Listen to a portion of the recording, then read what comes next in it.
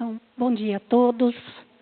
Sempre uma alegria estar nesta casa, onde me sinto muito acolhida, de um apreço que não mereço. Mas eu convido a todos para iniciarmos as tarefas desta manhã com um pequeno instante de silêncio interior, acalmando os nossos sentimentos, sempre agitados, sempre ansiosos, asserenando a nossa mente, buscando fixar nosso pensamento em Jesus, da maneira como gostamos dele. Agradecendo, Senhor, por toda a proteção que nos foi dada ao longo de mais uma semana, pela oportunidade maravilhosa deste encontro, onde nos reunimos mais uma vez, procurando compreender melhor os teus ensinamentos e a tua vontade, para que aos poucos, sempre mais e melhor, consigamos colocá-la em prática na nossa vida. Nós agradecemos pela companhia e a assistência da equipe espiritual, que já está mobilizando todos os recursos necessários para o nosso equilíbrio físico, espiritual, mental, que iremos receber essas bênçãos no momento do passe. Que saibamos aproveitar esses instantes num ambiente de muita paz e harmonia e alegria entre todos nós nos dois campos da vida. Que assim seja, Senhor. Graças a Deus. Muito bem, nós estamos no capítulo 5, como a Érica comentou.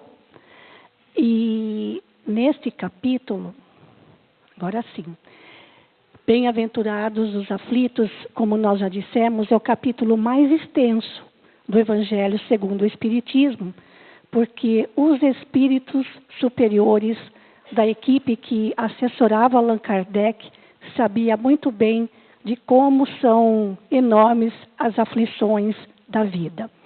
Nós estamos, por enquanto, nas instruções de Allan Kardec. No nosso encontro de maio, nós falamos sobre o esquecimento do passado, um assunto bastante empolgante, envolvendo a questão da reencarnação e a lembrança ou não das nossas experiências em vidas anteriores. Faltam 2 itens e pela extensão deles dá para abordar só um de cada vez. Então hoje nós vamos falar sobre os motivos de resignação. A resignação é uma virtude pouco trabalhada, ela tem andado um pouco esquecida.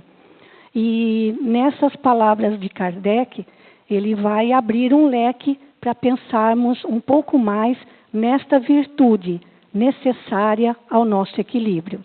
Ele começa dizendo: por estas palavras, bem-aventurados os aflitos, pois que serão consolados. Jesus aponta a compensação que hão de ter os que sofrem e a resignação que leva o padecente, ou seja, aquele que sofre, a bendizer do sofrimento, como prelúdio da cura. Esta bem-aventurança é a terceira e está logo no comecinho do capítulo 5 do Evangelho de Mateus, e foi com as bem-aventuranças que Jesus iniciou o Sermão do Monte. Nas traduções da Bíblia, ela é a terceira bem-aventurança. Em algumas traduções, nós encontramos, ao invés de bem-aventurados os aflitos, nós encontramos bem-aventurados os que choram. Mas nos originais em hebraico, esta é a segunda bem-aventurança. E o seu formato original é bem diferente deste que estamos acostumados a encontrar. No original em hebraico, Jesus disse: avante os enlutados, pois serão consolados. Ora, ele estava se referindo aos que trazem o coração em luto, que não significa necessariamente aqueles que estão enlutados pela perda dos seus entes queridos, mas todos aqueles que padecem as aflições da vida que não são causadas pela sua própria intemperança.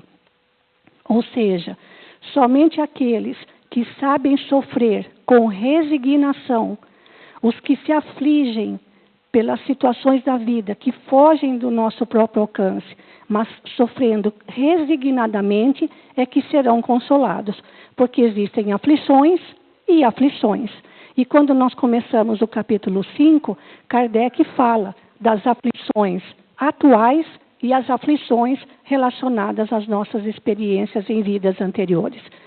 E a maioria das aflições que temos são aflições atuais, originadas pela nossa intemperança, pela nossa impaciência, pela nossa falta de submissão aos desígnios divinos. Então, é nesse sentido que Kardec desenvolve o tema sobre a resignação. Mas quando se fala em resignação, nós também precisamos tomar cuidado, porque resignação não é conformismo. Resignação é conformação. Neste mesmo capítulo 5, tem uma instrução de um espírito chamado obediência e resignação, onde ele diz que a obediência é o consentimento da razão e a resignação é o consentimento do coração.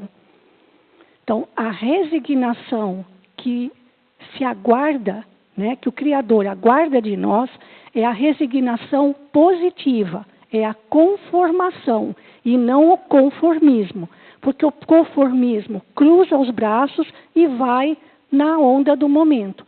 Agora, a conformação é a resignação ativa, ou seja, aquela que, embora esmorecida, continua lutando para se tornar um ser cada vez melhor. É um grande desafio para nós, porque a nossa tendência é nos tornarmos resignados, conformistas, e não resignados, conformados. Mas vamos ver o que mais Kardec tem a respeito.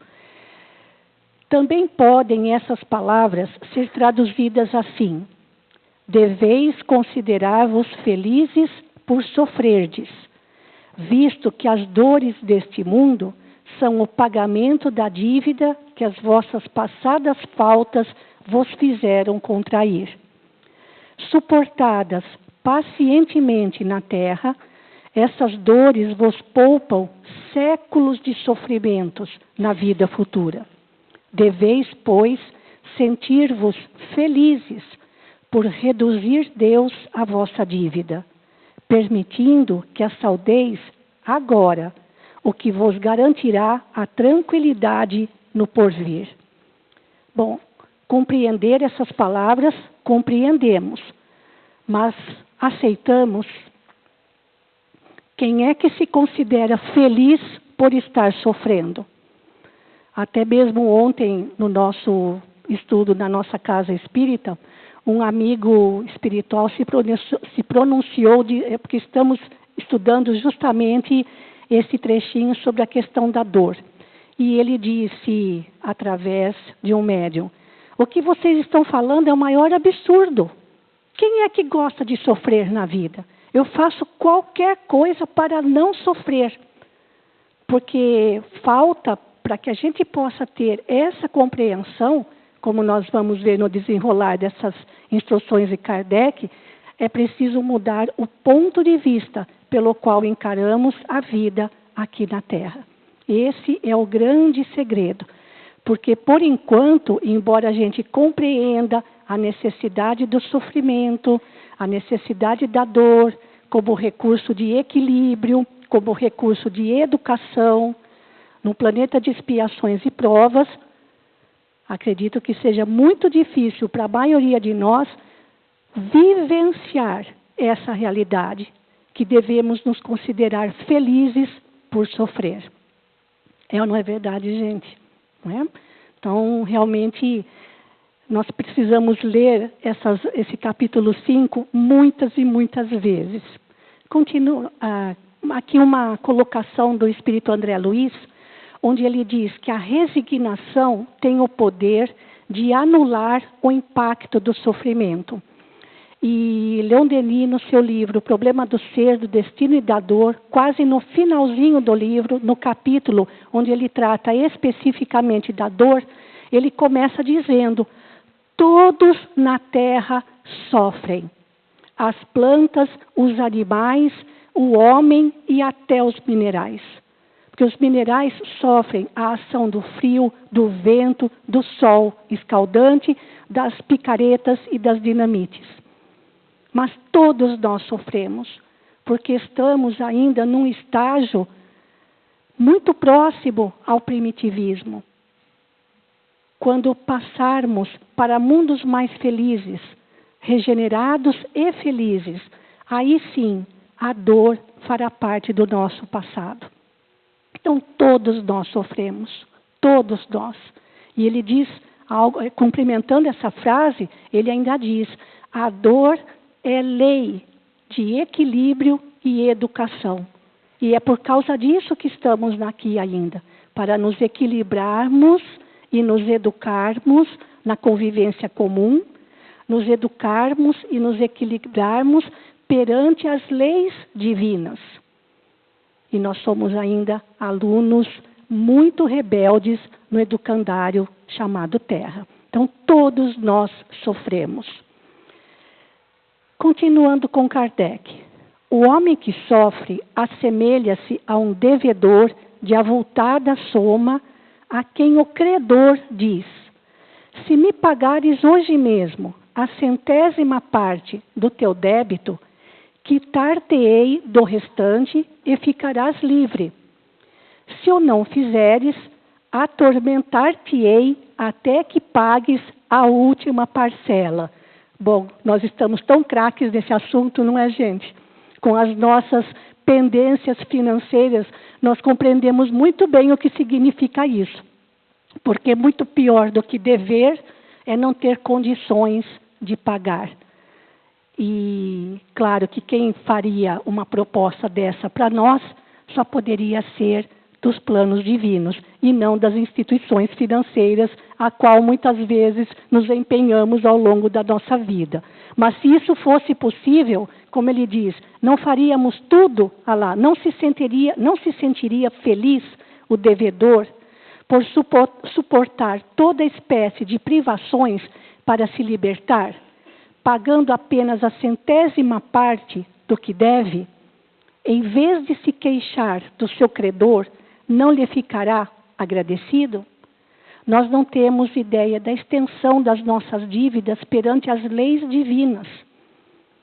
O que passamos ao longo de uma existência seria essa 100ª parte. Mas se soubermos nos conduzir pacientes e resignados e ativos. Tal o sentido das palavras: bem-aventurados os aflitos, pois que serão consolados. São ditosos, porque se quitam, ou seja, conseguem ir amortizando as suas dívidas. E porque, depois de se haverem quitado, estarão livres. Qual de nós não quer estar livre dos nossos erros passados? A maior vitória será sobre nós mesmos. Se, porém, o homem, ao quitar-se de um lado, endivida-se de outro, jamais poderá alcançar a sua libertação. Ora, cada nova falta aumenta a dívida, porquanto nenhuma há, qualquer que ela seja, que não acarrete forçosa e inevitavelmente uma punição. Se não for hoje, será amanhã. Se não for na vida atual, será noutra. Conhecedores desta realidade, da lei de semear e colher, às vezes a gente se fixa muito no que estamos colhendo, esquecendo de que também temos a cada instante a oportunidade de uma nova semeadura. Se começarmos a semear o bem, já vamos colher o bem daqui a pouco. Então não podemos ficar com os olhos tão voltados no nosso passado. Bastaria, como diz Leon Denis, que nós nos ajustássemos às leis divinas, sabendo que o que Ele faz é o melhor e o mais justo para todos nós. Entre essas faltas, são faltas incontáveis perante a criação, cumpre-se coloque na primeira fiada, ou seja, na primeira fileira, a carência de submissão à vontade de Deus. Em outras palavras, entre todos os nossos desvios das leis divinas, a maior falta que podemos cometer é a falta de submissão à vontade de Deus. Logo, se murmurarmos nas aflições, se não as aceitarmos com resignação e como algo que devemos ter merecido, se acusarmos a Deus de ser injusto, nova dívida contraímos, que nos faz perder o fruto que devíamos colher do sofrimento. É por isso que teremos de recomeçar, absolutamente como se a um credor que nos atormente, pagássemos uma cota e a tomássemos de novo por empréstimo. Ai, como nós sabemos fazer isso. Para cobrir uma dívida, fazemos outra maior ainda. E assim vamos nos encrencando cada vez mais. Vejam o que Kardec coloca. O que ele coloca, esse monte de se, essas condições, são justamente aquilo que nós fazemos, porque nós murmuramos nas aflições, nós reclamamos. E como reclamamos? Não aceitamos com resignação. Algumas até conseguimos, outras de jeito nenhum. Chegamos em momentos de sofrimentos atrozes, pelo menos às vezes, talvez até em pensamento, de acusarmos a Deus de injusto. Porque a pergunta que fazemos para nós mesmos nesses momentos é: o que eu fiz, meu Deus, para merecer estar passando por isso? Pois bem, esta postura faz perder todo o mérito do sofrimento. É sofrer em vão. Lembrando, a dor é uma lei de equilíbrio e educação, como diz Leon Denis. Então, se não soubermos sofrer, submetendo-nos à vontade divina, perdemos a oportunidade de nos equilibrarmos e nos educarmos perante as leis eternas. E claro, né, gente, esse processo é longo. Há períodos em que estamos mais firmes, há outros em que estamos mais vacilantes e há outros em que estamos totalmente revoltados. Ao entrar no mundo dos espíritos, o homem ainda está como o operário que comparece no dia de pagamento. É o melhor dia. É o dia mais esperado do mês. E com que ansiedade aguardamos o dia do pagamento? Por que aguardamos com ansiedade? Para pagar as nossas dívidas, para honrar os nossos compromissos. É assim que retornamos à espiritualidade, ávidos pela recompensa. Mas o que a gente também não presta atenção ao estudarmos as bem-aventuranças, que o verbo está sempre no futuro. Então, se quisermos colher no futuro, precisamos aprender a sofrer com resignação. E a uns, o Senhor dirá: aqui tens a paga dos teus dias de trabalho.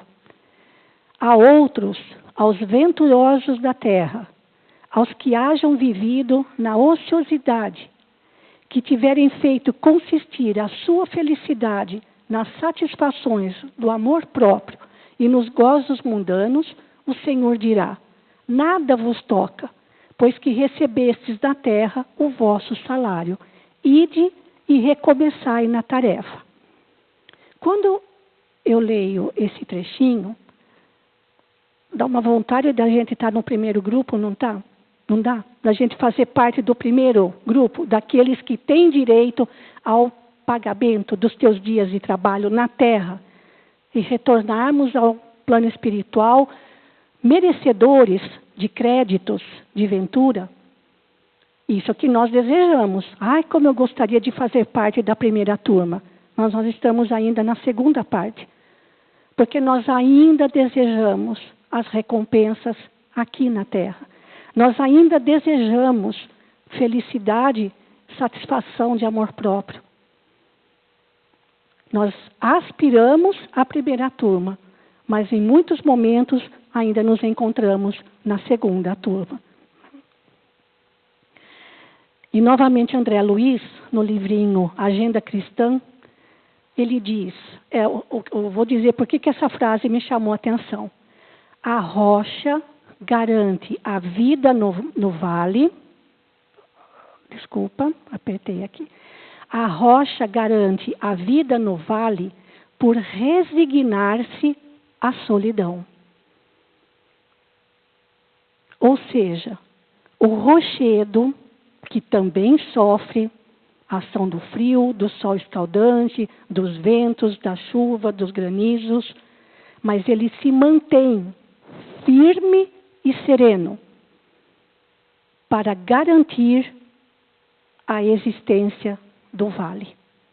Ou seja, a resignação positiva é fator de equilíbrio na nossa vida.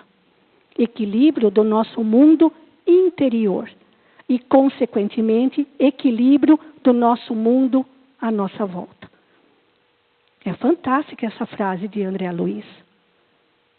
E a gente, quando faz um passeio ou aprecia a natureza, a gente poucas vezes dá atenção para os paredões de rocha que estão sustentando o solo aonde o homem vive. Planta, tem as suas atividades, colhe. É muito linda essa frase de André Luiz, dando mais um reforço para a questão da resignação, como um equilíbrio para o nosso mundo interior, sustentando-nos firmes, em pé, com aquela envergadura moral necessária para enfrentar os granizos, as chuvas, os sols escaldantes que fazem parte da nossa vida. Continuando com Kardec, o homem pode suavizar ou aumentar o amargor de suas provas conforme o modo por que encare a vida terrena. Aí é que está o segredo. Podemos suavizar ou aumentar o amargor das nossas provas. Em qual dos dois aspectos nós somos craques? Em suavizar ou aumentar o amargor das nossas provas? Nós somos craques em aumentar. Ainda temos dificuldades para, por nós mesmos, suavizar. Tudo depende do quê? Da maneira como encaramos a vida na Terra. Do ponto de vista material, do ponto de vista espiritual. Que, aliás, é uma das mensagens anteriores de Kardec. Tanto mais sofre ele, quanto mais longa se lhe afigura a duração do sofrimento. É impressionante como os momentos de alegria passam voando e os períodos de sofrimento parecem que não acabam nunca. É essa percepção que nós temos do tempo. Ora, aquele que a encara pelo prisma da vida espiritual apanha num golpe de vista a vida corpórea.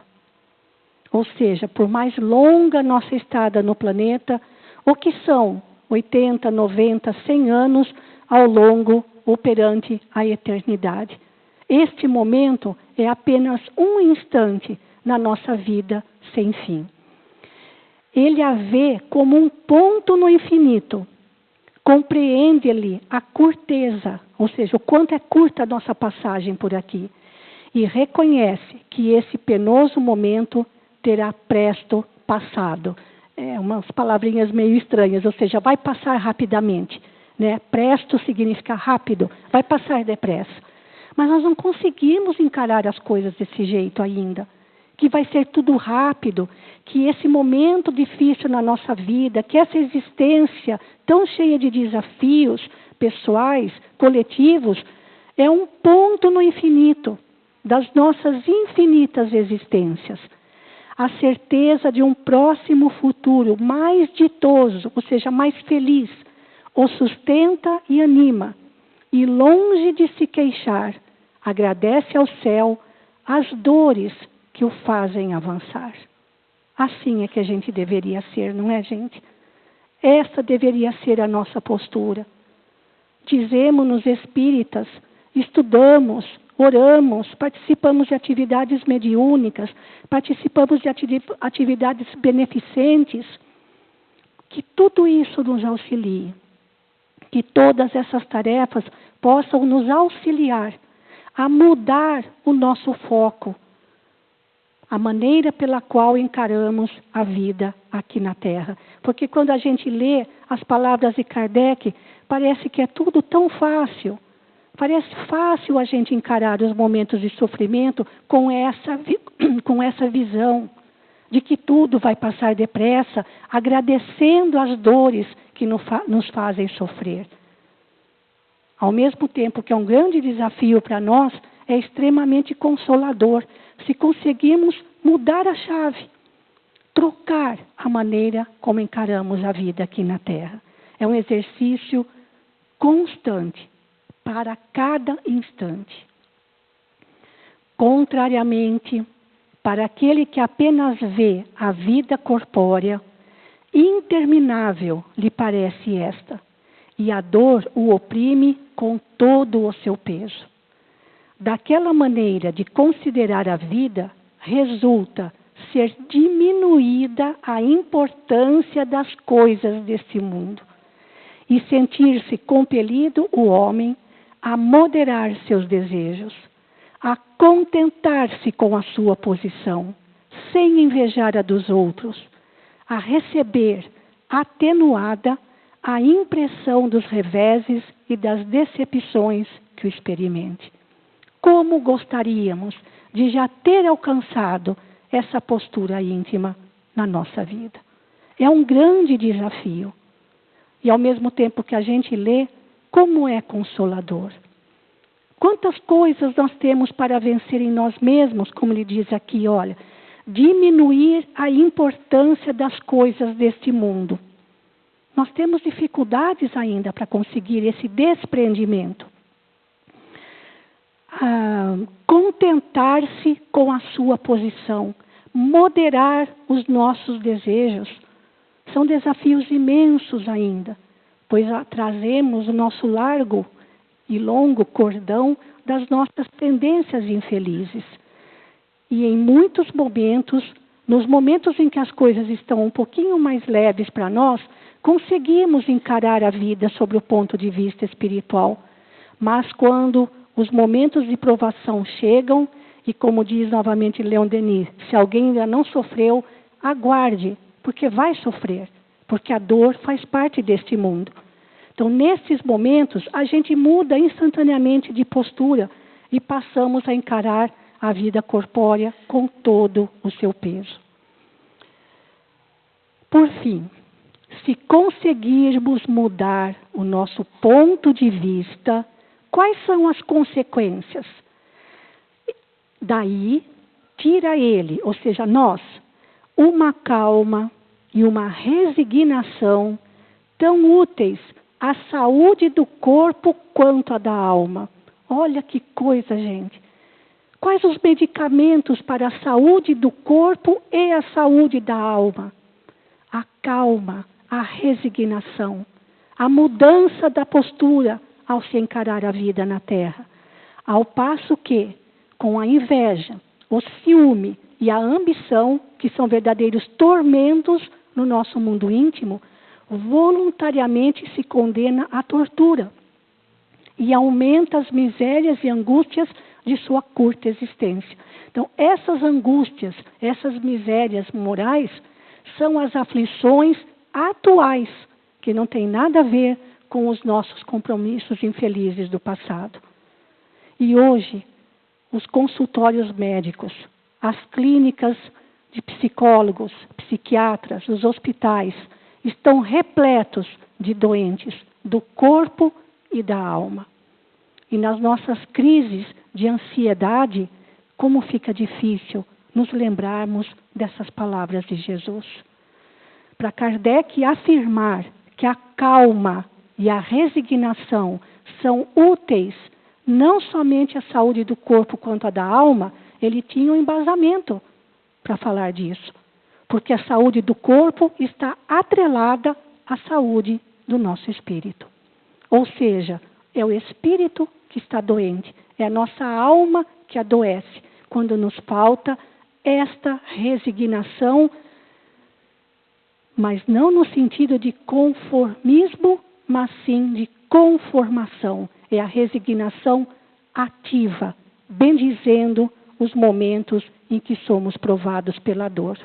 É um grande desafio para nós ainda, né, gente? E isso é um compromisso para nós para cada instante.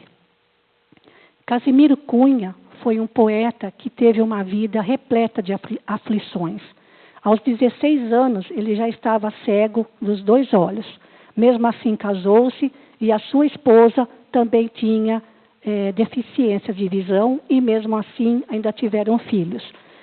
Ele era escritor, mas justamente por ter perdido a visão, a sua limitação de estudos também foi grande. E Chico Xavier costumava chamar Casimiro Cunha de o passarinho. Né? Os seus versos sobre o Evangelho eram tão suaves como o canto de um passarinho. E ele, apesar de todos os seus sofrimentos, pode-se imaginar o que é uma vida com deficiência visual e ainda uma família para manter. Ele era espírita convicto e extremamente jovial. Então a gente encontra nos seus versinhos psicografados por Chico Xavier, nós não encontramos em nenhum deles a amargura, o pesar, a tristeza inconsolável. Muito pelo contrário, todos os seus versinhos elevam a nossa vida íntima, como esta. Em teu combate no bem, se desejares vencer, aprende, resignado, a tolerar e a sofrer. Estamos no combate no bem, para vencer o mal em nós. Desejamos vencer ou não? Sim, desejamos vencer o mal em nós. Venceremos, porque como diz o apóstolo Paulo, nós estamos todos fadados à felicidade em plenitude. Só que cada um vai chegar lá a seu tempo. Um dia chegaremos, que nos sustente essa certeza de que um dia chegaremos e reencontraremos com todos aqueles que fizeram parte do nosso círculo de amores. E para terminar, a resignação, diz Karl Schutel, no seu livro mais clássico, que fala das parábolas e ensinos de Jesus, Karl diz: a resignação nasce da paciência. Então já está complicado, porque para quem nem paciência tem, não dá para ser resignado. Veja que uma coisa puxa a outra, né? E a paciência é filha dileta da caridade. A caridade, paciência, resignação. É excelente virtude que precisamos cultivar. E a resignação não está em moda. O que está em moda é reagir, é gritar, é brigar, é ir atrás dos seus direitos, é fazer valer o seu ponto de vista, é buscar impor a sua maneira de ver a vida. A resignação está em baixa e por isso nós temos tantos desequilíbrios na atualidade. Por fim, resignar-se é estar em paz com Deus. E como brigamos com o Criador? Quando a nossa vontade não é a mesma dele. Ou melhor, o contrário. Quando a vontade dele a nosso respeito não é a mesma que nós gostaríamos que fosse. Vivemos constantemente em brigas com o Criador. Acho que já estamos um pouco mais amadurecidos pela bênção do Espiritismo na nossa vida, pelo empenho que estamos fazendo em compreender melhor o Evangelho, compreender melhor a tarefa de Jesus na terra, junto ao nosso coração, que já está na hora de deixarmos de ser briguentos, birrentos, de acalmar o nosso coração, de sermos aquela rocha que sustenta o equilíbrio da nossa vida.